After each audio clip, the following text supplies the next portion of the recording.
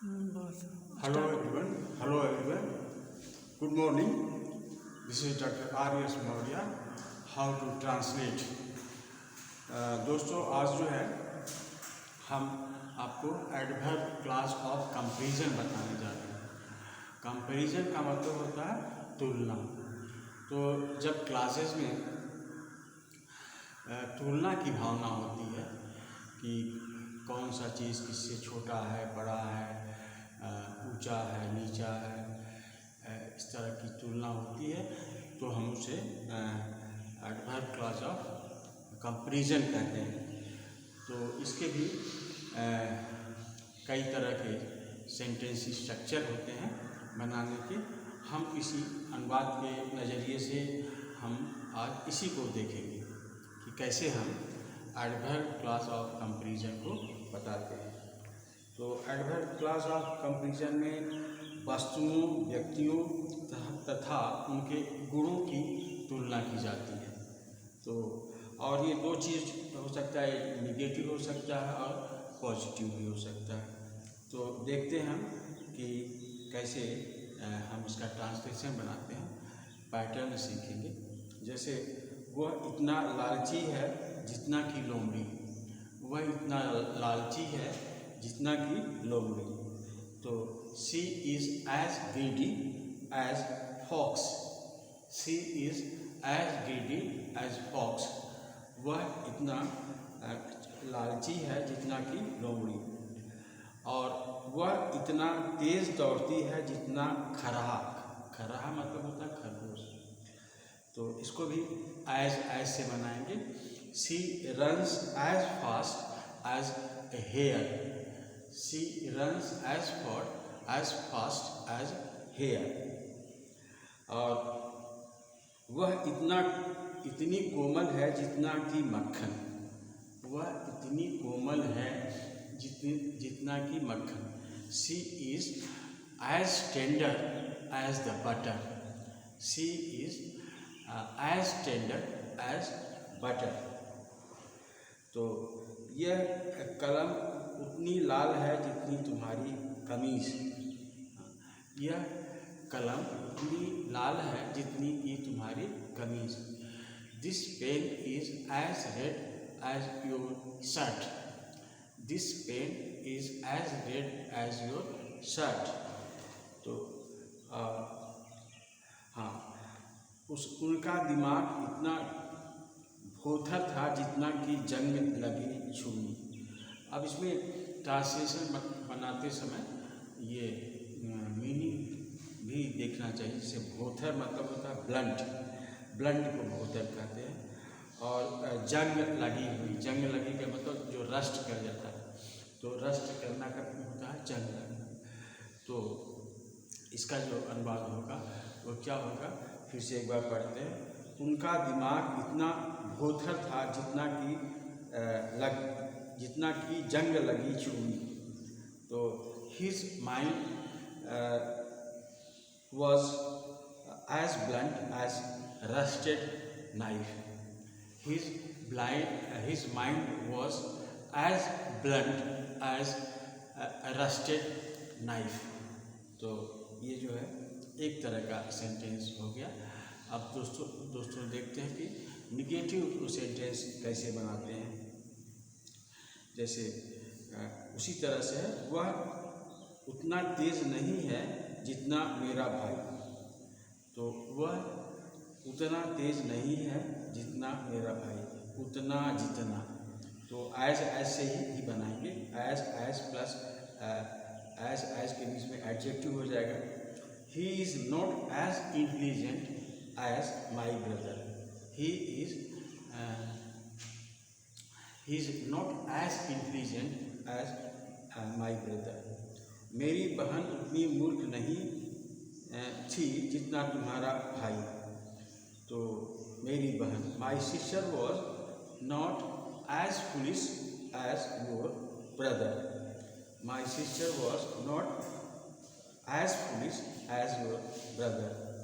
तुम्हारी नाक इतनी लंबी नहीं है जितना तुम्हारे हाथ, तुम्हारी नाक इतनी लंबी नहीं है।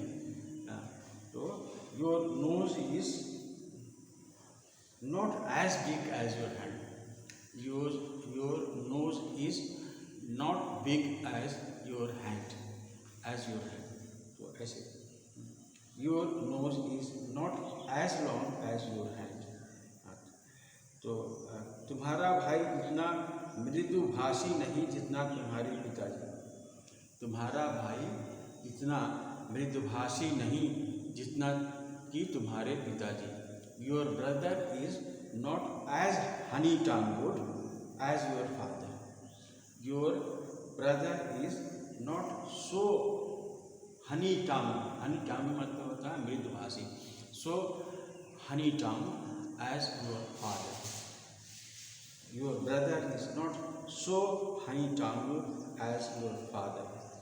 वह कुआं इतना गहरा नहीं जितना कि तुम्हारा तालाब, यह कुआं, तो इसका this well is not so deep, this well is not so deep as your pond, this well is not so deep as your pond, this well is not so deep as your pond. यह कुआं इतना गहरा नहीं जितना कि तुम्हारा तालाब। अब हम देखते हैं तीसरे तरह का स्ट्रक्चर। इसमें तीनों टेंस का प्रयोग कर सकते हैं, present, past, future.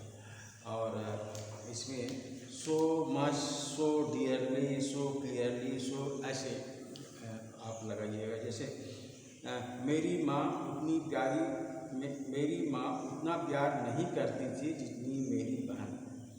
My mother does not love me so much as my sister, my mother does not love me so much as my sister. उसने उतना मधुर नहीं गाया जितना तुम्हारा भाई, उसने उतना मधुर नहीं गाया।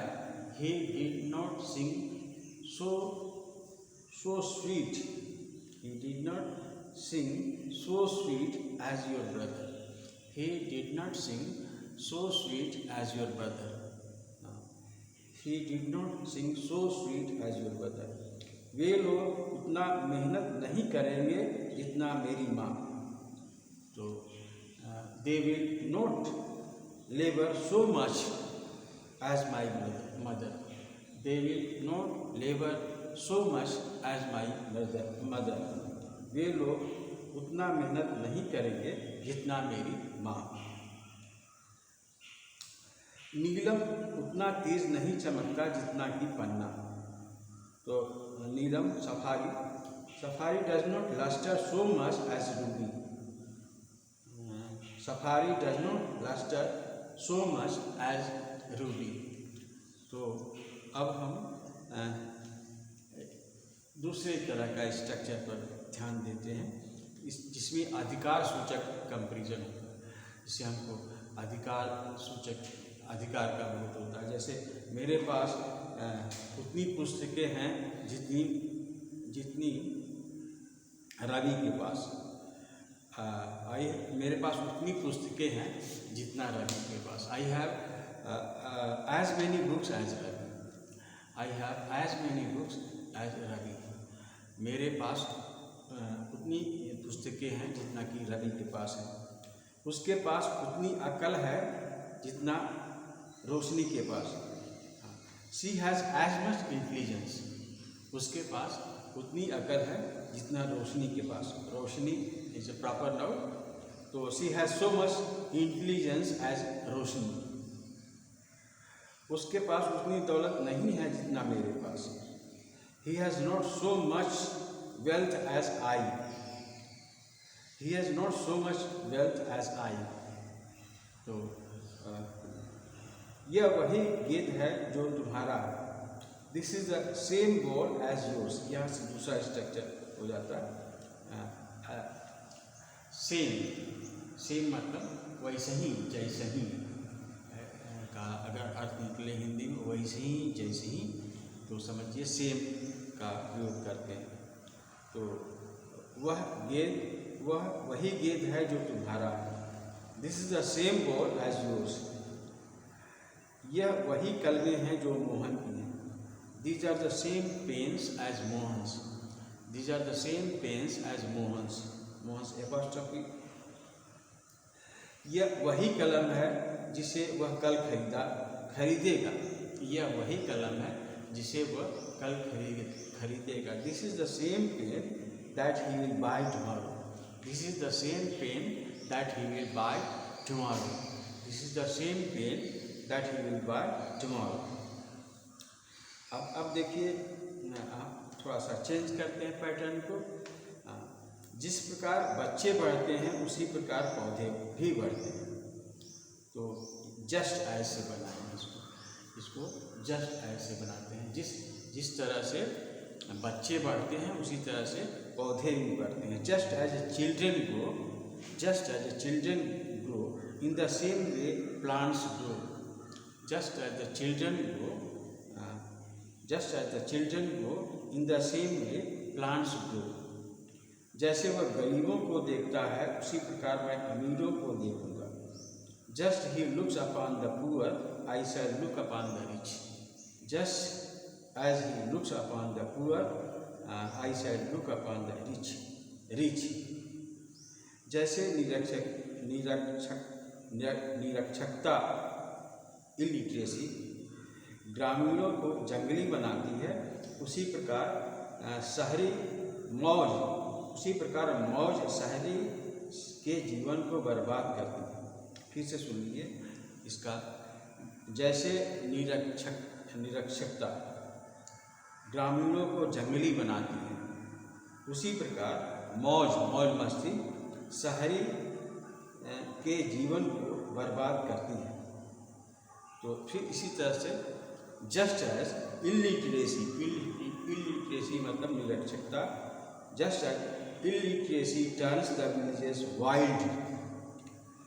In the same way, revelry destroys the life of townsmen. In the same way, revelry destroys the life of townsmen. Just as illiteracy turns the villages wild. In the same way, revelry destroys the life of townsmen. तो ये एक ही तरह का structure था। वस्तुतः structure जो है वो कंपैरिजन का मतलब जो हम लोग अरबी में सीखते हैं वो ये है कि हमको कंपैरेटिव डिग्री एडजेक्टिव की डिग्री होती है। जैसे पॉजिटिव डिग्री हुआ, कंपैरेटिव डिग्री हुआ, सुपरलेटिव डिग्री। जो टॉल है, he is as tall as his brother. एक तो यह हो गया, he is taller than his brother. दूसरा हो गया, he is the tallest in his family. तो ये तीसरा हो गया। तो ये जो बेसिक स्ट्रक्चर है इसका। इसी तरह से देखिए, वह मुझसे लंबी है।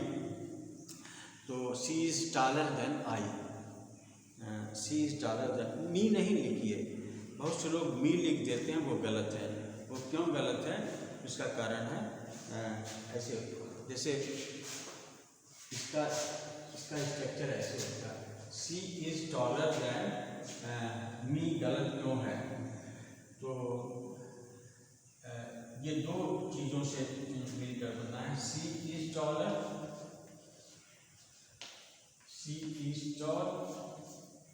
आई एम टॉल, ऐसे करके आई एम टॉल। अब दोनों को जोड़ दोगे तो she is taller than I होगा, मी नहीं होगा। ये आया, she is taller than I. She is taller than I.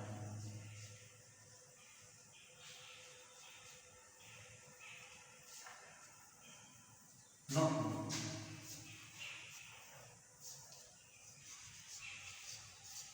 Common पूछा जाता है। तो she is taller than I, तो मुझसे बड़ी है, लंबी है।